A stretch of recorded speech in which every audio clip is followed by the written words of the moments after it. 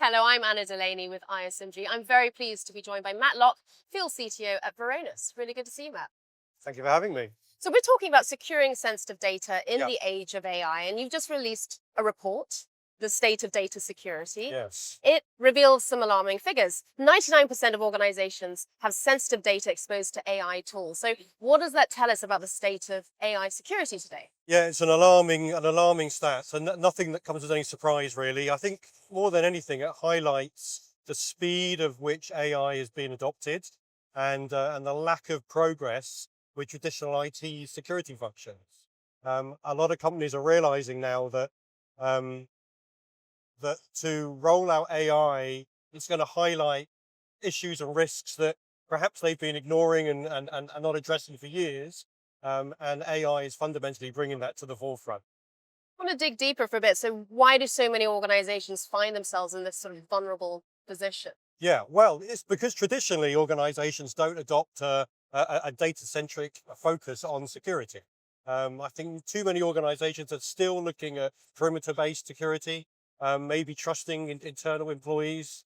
And unfortunately, AI will utilize all of the permissions that an employee has. And if they're not addressed, if they're open, if they're exposed, inevitably AI will utilize all of that. Yeah. Well, we hear a lot about shadow IT, Yeah, but what about shadow AI? It's becoming a growing yeah, concern. absolutely. Employees using apps without approval. Yep.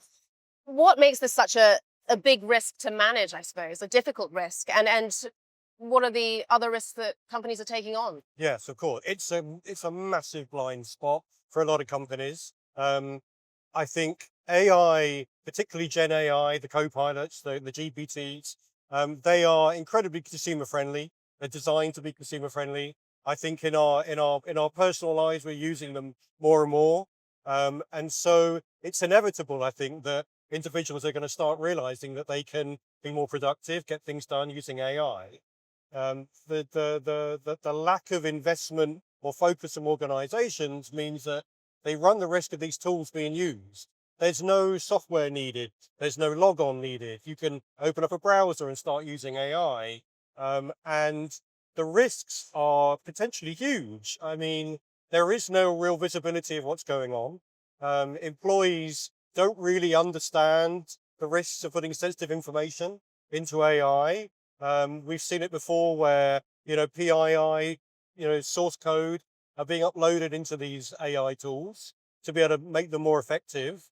And that information is gone, it's lost. And unfortunately, once it's left, it's very hard to retrieve and get it back. It's inevitable that those models will start to use that sensitive information to train themselves and get better. And so unless organizations really think about providing these tools to the employees, they will find a way and they will start to use them. And we've heard about shadow IT for a long time. Shadow AI really is a massive risk to a lot of companies. And so they need to think about making it available, thinking about sanctioned AI. At least they have some chance of having some visibility, some control, and some governance about how they're being used.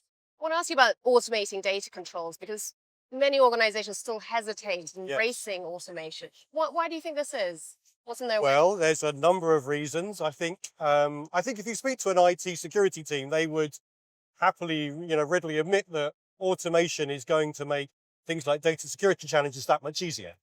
But there's the worry and the risk of having any adverse effects. IT typically don't want to be seen as the bad guys. If I remove access from a particular file or a site or, a particular data set from an employee and they can't perform their job, they can't share it, they can't process, then IT really are going to, face the wrath of that organization.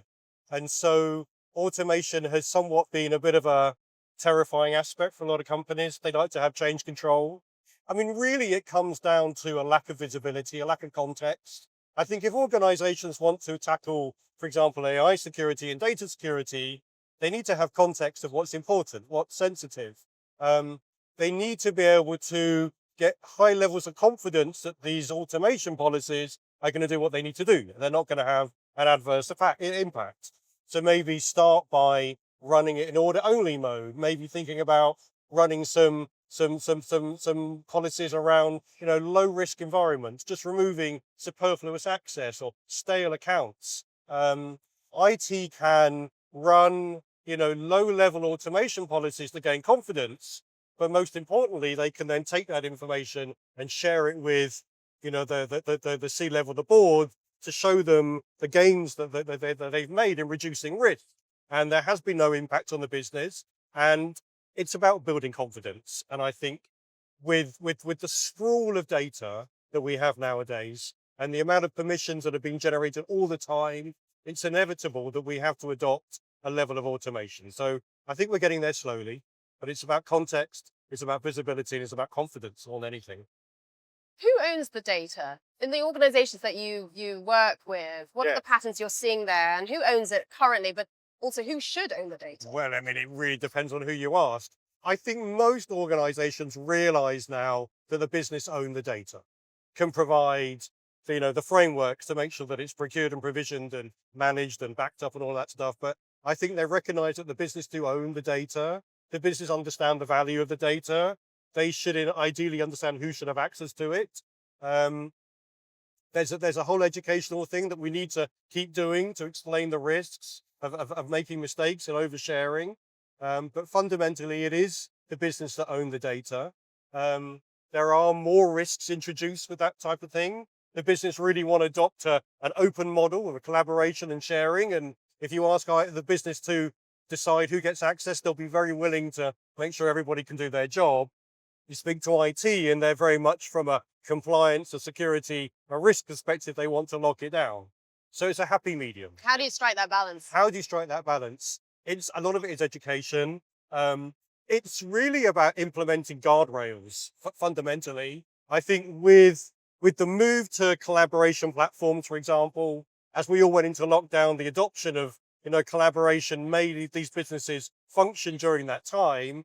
And in essence, what we did is we made the decision somewhat unknowingly to allow the business to make decisions on who get access to data. IT sort of relinquished that control. We're not getting it back anytime soon, but the business want to implement guardrails. They want to say, you can share and you can collaborate and do the productivity gains that you're seeing, but we're going to put some policies in place just to protect you, us, the business, our customers, our clients. If somebody shares something really sensitive, financial information or credential information with the whole organization, we're going to take that away. We're going to lock that down. But we're not going to come and step on your toes and take away all of that productivity that we've become used to. So yeah, there has to be an educational piece. There has to be some guardrails.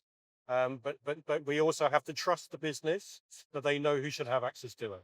We've spoken a lot about the risks of AI, but I want to end on a positive note. Have you got examples of organizations actually getting AI adoption right? Yes, absolutely. There are examples. Thank God there are examples. I think what is common amongst the organizations that have done this is that they have adopted a data-centric view to applying security controls. They're looking at things like policy-based access. So making decisions to say, well, marketing can have access to collateral about proposals and things they want to put on, but they can't have access to the PII. So it makes it a little bit easier to then adopt things like AI solutions. So companies that are readily adopting these technologies are doing it successfully in a way where they understand what information can be fed into these platforms. They're ensuring that LLMs or whatever models they're building aren't learning from data sets they shouldn't be learning from. There's a lot of visibility. There's governance in place. There are committees set up to ensure that it's being used properly. And it's about safely adopting these new technologies. They are going to be, part and parcel of what we do in the future. The companies that don't typically do so well, the ones that say, no, we're not using it, we're locking it down, and then shadow AI creeps in. And then before you know it, information is leaking before you even got around to actually securing it. So it's those organizations that take a data-centric, policy-based approach that are actually reaping the rewards of running AI. Well, Matt, this has been really insightful. Thank you so much for sharing your expertise today. No problem. Thank you very much. I've been speaking with Matt Locke of Varonis, and for ISMG, I'm Anna Delaney.